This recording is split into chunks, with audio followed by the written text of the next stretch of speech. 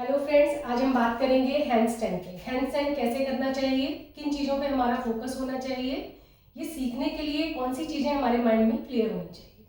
देखिए, first of all जब आप हैंडस्टैंड कर रहे हैं, बात करें हम हाथों पे खड़े होने की, तो हमें वर्क करना है अपने हाथों की स्ट्रेंथ पे। अब हाथों की स्ट्रेंथ पे आप पहले वर्क करना शुरू कीजिए, कुछ दिन लगातार हाथों की स्ट्रेंथ पे काम कीजिए। वो कैसे होगा? अगर आप इस तरीके से पुशअप लगा सकते हैं। अगर कई कई लोग पुशअप नहीं भी लगा पाते, तो आप ऐसे वज्रासन में बैठ के हाफ पुशअप स्टार्ट कीजिए। यानी आप घुटनों पर हैं और इस तरीके से आपने पुशअप लगाए। फिर इसको इंक्रीज कीजिए नंबर्स में, वेरिएशन कीजिए। इस तरीके से आप झुके, फिर वापस आए, फिर झुके, फिर वापस आए। जब आप ऐसा कर रहे हैं तो आपका फोकस अपने हाथों को पुश करने पे है फ्लोर की तरफ और एक्टिव स्टेज में। यानी जो हाथ का पंजा है वो आपका आगे पुश हो रहा है और एक्टिव स्टेज पे है। इस तरीके से आप पुशअप कर रहे हैं। धीरे धीरे अपने पुशअप को फुल पुशअप में लाइए। यानी अब आप ऐसे लगाइए,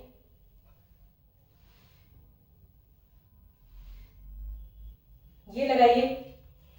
इस तरीके से जब आपके हाथों की स्ट्रेंथ बढ़ने लगे तो आप हाथों पे वॉक करना शुरू कीजिए। यानी आप ऐसे आए, आपने वॉल का सहारा लिया, अब धीरे धीरे वॉक कीजिए।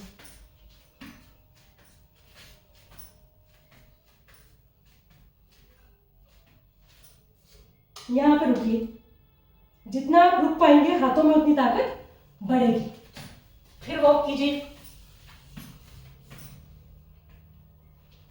धीरे धीरे कई दिनों तक आप वॉक की प्रैक्टिस कीजिए। वॉक को एक और तरीके से किया जा सकता है। अगर आपके पास ब्लॉक्स हैं तो ब्लॉक को आप इस तरीके से वॉक कर सकते हैं। इससे भी आपके हाथों पे प्रेशर देने से आपकी प्रैक्टिस बनेगी हाथों पे जोर देने की।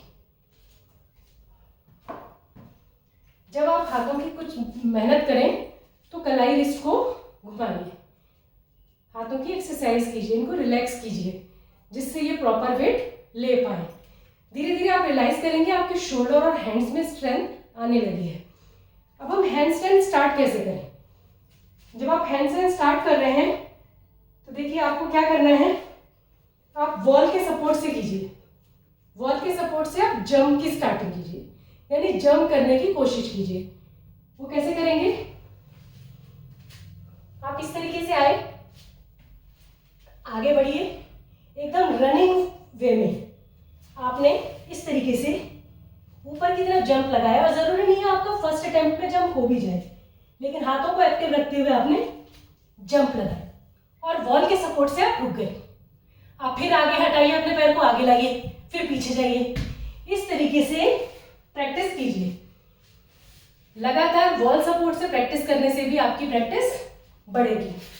और अगर आपके पास कोई बड़ा पिलो है तो उसका सपोर्ट ले सकते हैं।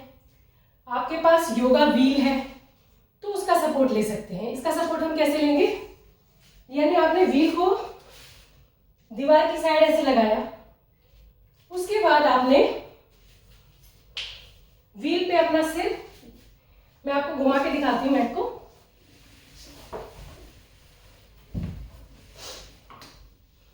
देखिए, आपने व्हील को इस तरीके से दीवार की तरफ लगा दिया। अब व्हील से आपने जंप करना है, यानी हाथों को एक्टिव स्टेज पे रखते हुए बीच में आपका ध्यान होना चाहिए और बहुत फोकस्ड होना चाहिए जब आप जंप करें। यहाँ बड़ा पिलो भी हो सकता है। ध्यान हम इसलिए रखते हैं कि सिर हमारा वॉल से न टकराए। एक्टिव स्टेज पे हमारे हाथ हैं, अपने सिर को यहाँ रखिए।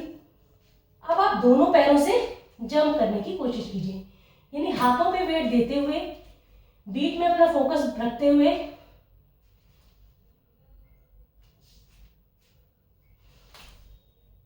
फिर वापस आ जाइए।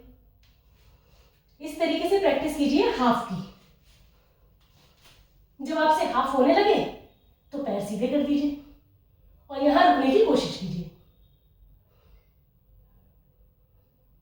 जितना आप रुकेंगे हाथों में स्ट्रेंथ बढ़ेगी और आपका कॉन्फिडेंस बढ़ेगा।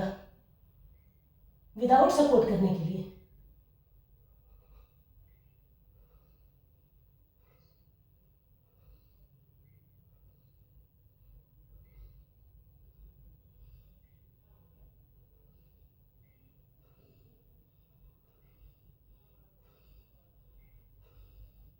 दोनों पैरों को मिला के रखा है, दोनों को एक दूसरे का सपोर्ट है। फिर आप नीचे आ जाइए और जब नीचे आएंगे आप तो आप चाइल्ड पोज कीजिए, यानी आप इस तरीके से भी कर सकते हैं या आप ऐसे भी आराम से